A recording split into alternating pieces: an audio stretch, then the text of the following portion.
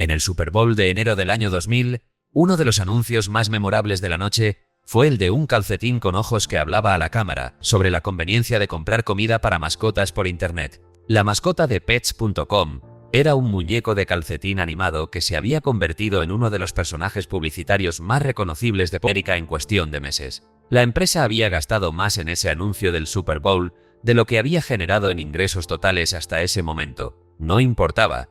Era el año 2, era la burbuja de las .com. Las reglas normales del negocio no aplicaban, o al menos eso era lo que todos los inversores, analistas y medios de comunicación financiera decían. En febrero de 2000, Pets.com salió a bolsa en el Nasdaq. La IPO recaudó 82 millones de dólares. La empresa tenía el respaldo de Amazon, que era su mayor accionista con el 30% de las acciones. Tenía inversores de primera fila. Tenía una marca reconocible.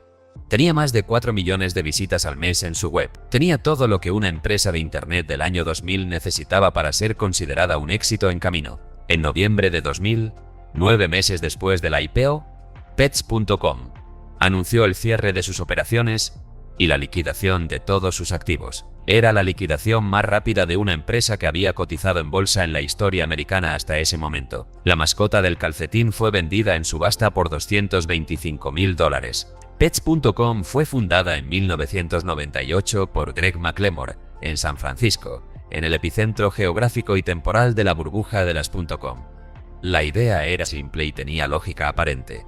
El mercado de suministros para mascotas en Estados Unidos era de $23.000 millones anuales. Los dueños de mascotas compraban regularmente los mismos productos, comida, medicamentos, accesorios, con una frecuencia y una lealtad que hacían del sector una oportunidad perfecta para el comercio electrónico. La compra repetida, el producto pesado que era incómodo de cargar desde la tienda física y la fidelidad del consumidor hacia las marcas que sus mascotas preferían, creaban el caso de uso ideal para el e-commerce. Era exactamente el tipo de categoría que Amazon habría identificado como prioritaria para el comercio electrónico: productos de consumo repetido, pesados, con alta frecuencia de compra y baja necesidad de inspección física antes de la compra.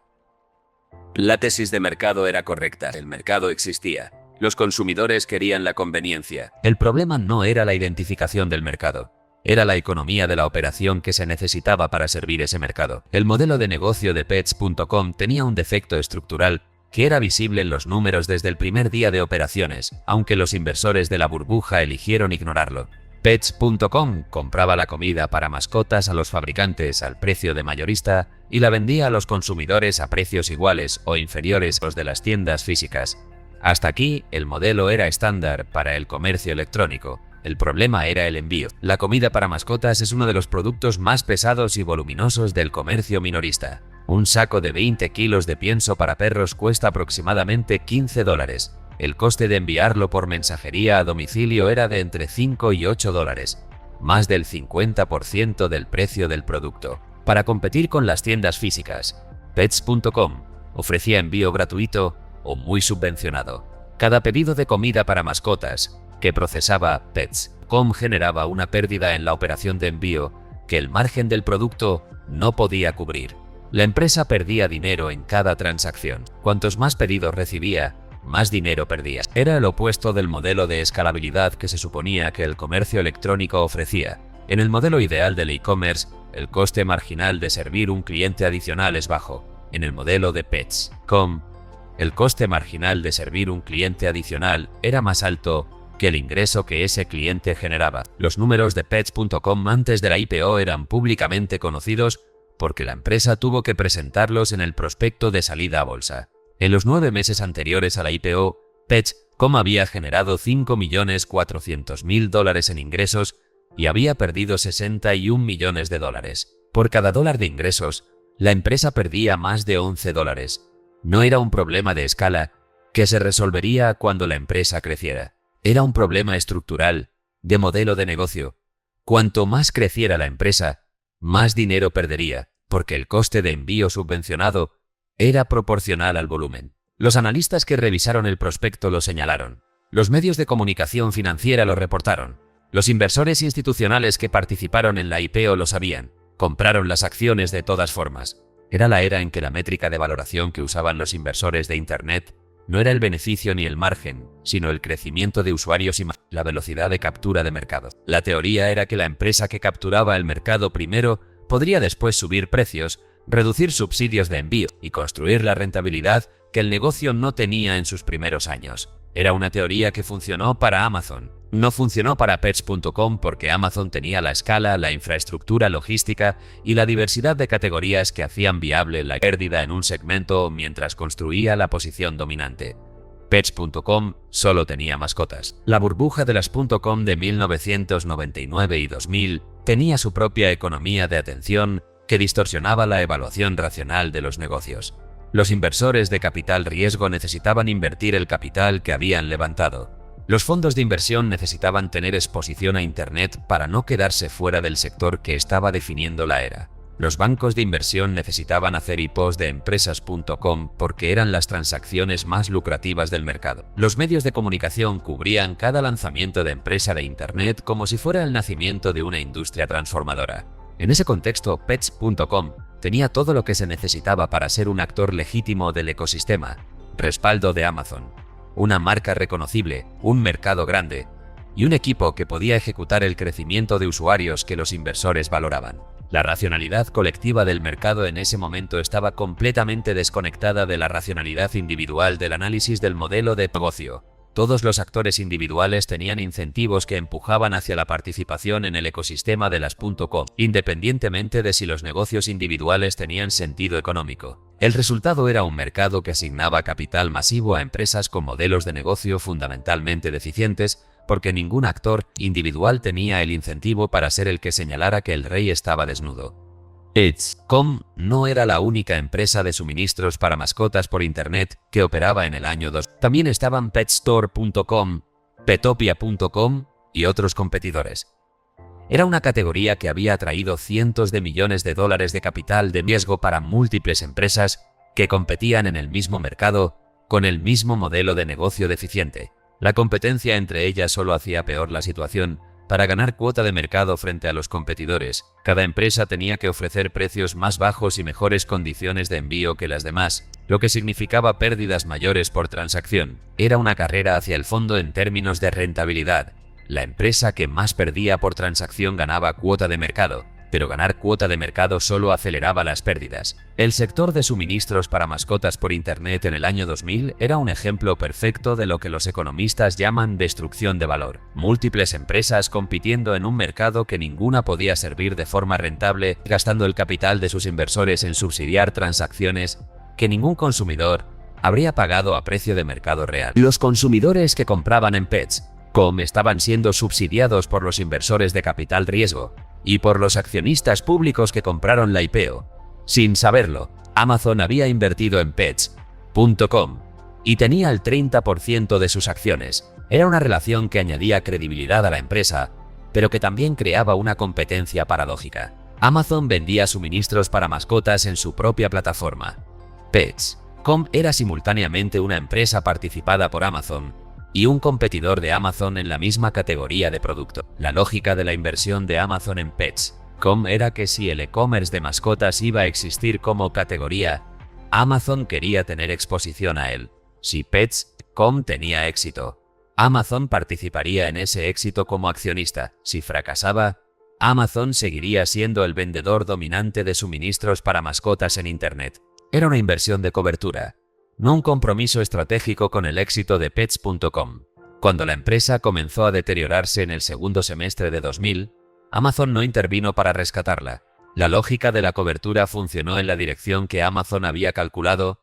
Pets.com falló y Amazon captó sus clientes. Los mismos consumidores que habían comprado en Pets.com siguieron comprando comida para mascotas por Internet después del cierre de Pets.com, pero comprándola en Amazon y en Chewy, la empresa que décadas después construiría el modelo que Pets.com había intentado construir, pero con la escala y la eficiencia logística que hacían viable lo que Pets.com no pudo hacer viable. El colapso del Nasdaq en marzo de 2000 desencadenó el proceso que mató a Pets.com. Cuando el índice tecnológico comenzó a caer, la lógica de inversión que había sostenido a las empresas.com se evaporó rápidamente. Los inversores que habían aceptado pérdidas masivas a cambio de crecimiento de usuarios Lo hicieron porque creían que el mercado seguiría valorando ese crecimiento y que el acceso a capital para financiar las pérdidas sería perpetuo. Cuando el mercado dejó de valorar el crecimiento y el acceso a capital se cerró, las empresas que dependían de ese capital para financiar sus pérdidas operativas se encontraron sin opciones. Pets.com necesitaba capital adicional para continuar operando. El capital ya no estaba disponible a las condiciones que la empresa necesitaba. La empresa exploró opciones de venta o fusión. No encontró compradores. El único camino era la liquidación ordenada antes de que el capital restante se agotara en pérdidas operativas. La decisión de cerrar en noviembre de 2000 fue la decisión financieramente correcta dado el contexto. Era preferible liquidar los activos y devolver algo a los accionistas a seguir operando hasta agotar el último dólar en un modelo que no podía volverse rentable. La liquidación de Pets.com fue ejecutada con una rapidez que reflejaba la gravedad de la situación. La empresa anunció el cierre el 7 de noviembre de 2000. Despidió a sus 255 empleados ese mismo día. Comenzó el proceso de liquidación de inventario inmediatamente. El proceso completo de cierre tardó menos de un mes. Era la liquidación más rápida de una empresa pública en la historia reciente del mercado americano. Los empleados que fueron despedidos el día del anuncio recibieron sus liquidaciones, pero perdieron las opciones sobre acciones que habían acumulado, que valían cero en ese momento.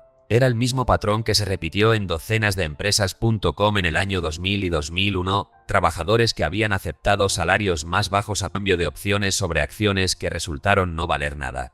El valor de las opciones sobre acciones en una empresa.com dependía de que la empresa sobreviviera y creciera.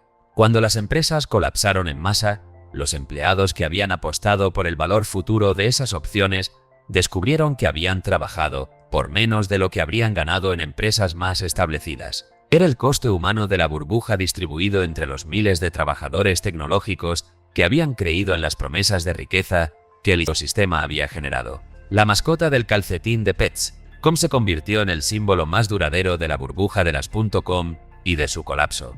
El muñeco que había protagonizado anuncios del Super Bowl, aparecido en el programa de Macy's Thanksgiving Day Parade y sido fotografiado con celebridades en eventos de marketing, fue subastado como activo de la liquidación por $225.000. La ironía era que el activo más valioso que Pets.com tenía al cierre no era su inventario, no era su base de clientes, era un muñeco de calcetín. Era el activo de marca que la empresa había construido gastando más en publicidad que en operaciones, y que sobrevivió a la empresa porque tenía valor de reconocimiento independientemente del negocio. El comprador del muñeco de calcetín fue una empresa de marketing que quería explotar el reconocimiento de marca residual para otros productos. Era una valoración absurda del activo correcto. La marca tenía valor aunque el negocio no lo tuviera. Pero el valor de la marca era completamente irreal sin un modelo de negocio que pudiera monetizarla de forma sostenible. Era el resumen perfecto de la burbuja. Marcas que valían más que los negocios que representaban, valoraciones desconectadas de cualquier realidad económica, y activos de marketing que sobrevivían a las empresas que los habían creado. El caso de Chewy, la empresa que eventualmente construyó el negocio viable de suministros para mascotas por Internet que Pets.com no pudo construir, ilustra qué cambió entre 2000 y 2002. Chewy fue fundada en 2011, 11 años después del colapso de Pets.com. Para 2000 tenía ingresos de $3.600 millones y fue adquirida por PetSmart por $3.350 millones en la mayor adquisición de una empresa de e-commerce en la historia americana hasta ese momento. Chewy hizo lo que Pets.com no pudo hacer: construir un modelo de negocio viable en la misma categoría, con el mismo producto para el mismo mercado. La diferencia no era la idea, era la ejecución con una disciplina financiera que Pets.com nunca tuvo. En un contexto de infraestructura logística que en 2011 era sustancialmente más eficiente y más barata que en 2000, con el beneficio de haber aprendido los errores de los que vinieron antes, Chewy no subvencionaba el envío de forma indiscriminada. Construyó centros de distribución propios en lugares estratégicos para reducir los costes de último kilómetro. Desarrolló un servicio de suscripción automática que reducía el coste de adquisición de clientes y generaba ingresos recurrentes predecibles. Era el mismo negocio que Pets.com había intentado construir, ejecutado con las herramientas, la experiencia y la disciplina que la burbuja de 2000 no permitía. La burbuja de las .com de 1999-2000 financió experimentos de mercado que habrían tardado décadas en ocurrir de forma orgánica. Pets.com demostró que había demanda real de suministros para mascotas por Internet. Demostró que los consumidores estaban dispuestos a comprar por Internet categorías de producto que históricamente solo se compraban en tiendas físicas. Demostró los límites del modelo de envío gratuito para productos pesados. Demostró la importancia de la eficiencia logística como ventaja competitiva en el e-commerce. Las empresas que vinieron después, Chewy, Amazon y otros, no tuvieron que pagar el coste de aprender esas lecciones porque Pets.com y sus competidores ya las habían pagado. En ese sentido, el capital perdido en Pets.com no fue completamente desperdiciado. Generó información real sobre cómo funcionaba o no funcionaba el e-commerce en esa categoría. El problema es que esa información fue pagada por inversores que creyeron que estaban invirtiendo en negocios viables, no en experimentos de mercado. La diferencia entre financiar un experimento y financiar un negocio es que el experimento no tiene obligación de generar retorno. Pets.com se presentó como un negocio y funcionó como un experimento. Los inversores que compraron acciones en la IPO pagaron el coste de ese experimento sin haber acordado hacerlo. Los 82 millones de dólares recaudados en la IPO de Pets.com en febrero de 2000 representan una de las cifras más estudiadas en la historia de las finanzas corporativas, no por su magnitud, que era modesta comparada con otras IPOs de la época, sino por lo que representaba capital público asignado a una empresa con un modelo de negocio que perdía $11 por cada dólar de ingresos, en un proceso en que todos los actores tenían acceso a esa información y la ignoraron colectivamente. Los banqueros de inversión que estructuraron la IPO ganaron comisiones. Los inversores de capital riesgo que vendieron parte de sus posiciones en la IPO recuperaron parte de su inversión. Los pequeños inversores que compraron en el mercado secundario perdieron casi todo. Era la distribución de pérdidas típica de las burbujas especulativas. Los insiders con información y acceso capturan los beneficios del camino hacia arriba y los inversores retail pagan el coste del camino hacia abajo. No era fraude en el sentido legal estricto. Los números eran públicos, las pérdidas estaban en el prospecto. Pero el sistema de incentivos creaba condiciones en que ningún actor individual tenía el incentivo para actuar de forma diferente, aunque el resultado colectivo fuera la destrucción de valor a escala masiva. El legado más importante del caso Pets.com no es el fracaso de una empresa individual, es lo que representó como símbolo del fin de una era. Pets.com cerró en noviembre de 2000. 8 meses después del pico del Nasdaq en marzo de 2000, el cierre fue cubierto por todos los medios de comunicación financiera como el momento en que la burbuja de las .com pasó de ser un fenómeno de mercado abstracto a ser una realidad personal para los empleados que perdieron su trabajo y los inversores que perdieron su dinero. La mascota del calcetín, que había sido el símbolo del optimismo desenfrenado del año 2000, se convirtió en el símbolo del colapso. Era la imagen perfecta para lo que había ocurrido. Un activo de marketing extraordinariamente reconocible que representaba un negocio que nunca había tenido sentido económico. Las lecciones de Pets.com fueron incorporadas al análisis del capital riesgo y de los mercados públicos durante los años siguientes. La pregunta que los analistas empezaron a hacer después de 2000, la pregunta que debería haberse hecho antes del lanzamiento de Pets.com, era simple. ¿Cuándo y cómo gana dinero este negocio? Era una pregunta que la burbuja había hecho parecer irrelevante durante 2 años. Después de Pets.com volvió a ser la pregunta más importante que cualquier negocio tenía que responder antes de recibir capital. Elecciones del caso Pets.com. Primera lección. Un mercado grande no es suficiente para justificar un modelo de negocio que pierde dinero en cada transacción. El mercado de suministros para mascotas era de $23.000 millones. Eso no hacía viable un modelo que perdía $11 por cada dólar de ingresos. El tamaño del mercado y la viabilidad del modelo de negocio son variables independientes. Segunda lección. El coste de envío es una variable estructural en el e-commerce que no puede ser ignorada. Los productos pesados y voluminosos tienen costes de envío que pueden hacer inviable el comercio electrónico sin la escala logística que hace eficiente el último kilómetro. Pets.com ignoró esta variable porque el mercado de 2000 no exigía rentabilidad. Chewy la resolvió 11 años después con infraestructura logística propia. Tercera lección. Cuando todos los actores del mercado tienen incentivos para ignorar los datos negativos son ignorados colectivamente hasta que el mercado los impone. Los números de Pets.com estaban en el prospecto. Los inversores los tenían. Los ignoraron porque sus incentivos individuales empujaban hacia la participación, no hacia la abstención. Cuarta lección. Gastar más en marketing que en operaciones puede construir una marca reconocible, pero no puede construir un negocio viable. La mascota del calcetín era el activo más valioso de Pets.com al cierre. Un activo de marketing que no puede ser monetizado por un negocio rentable no tiene valor real. Quinta lección. Los experimentos de mercado financiados con capital público tienen costes que se distribuyen entre los inversores que no acordaron financiar un experimento. La información que Pets.com generó sobre el e-commerce de mascotas fue valiosa para las empresas que vinieron después. Los inversores de la IPO pagaron el coste de esa información sin recibir el beneficio. Pets.com salió a bolsa en febrero de 2000, cerró en noviembre de 2000 y su mascota fue vendida en subasta por $225.000. Es el caso que mejor resume la burbuja de las .com, una empresa con una idea correcta, un mercado real, un respaldo de primera fila y un modelo de negocio que hacía imposible la rentabilidad. Todo el mundo tenía los datos, nadie quería mirarlos. En el próximo episodio analizaremos el caso de Polaroid. En 1948, Edwin Land inventó la cámara de fotografía instantánea y creó una de las marcas más reconocidas del siglo XX. Durante décadas, Polaroid dominó la fotografía instantánea con márgenes extraordinarios. Cuando llegó la fotografía digital, Polaroid tenía la tecnología, el capital y el talento para competir. Tomó las decisiones equivocadas una tras otra. En 2001 presentó quiebra. La historia de una empresa que no entendió que no era una empresa de química fotográfica, sino una empresa de experiencias memorables instantáneas, y cómo esa diferencia lo cambió todo.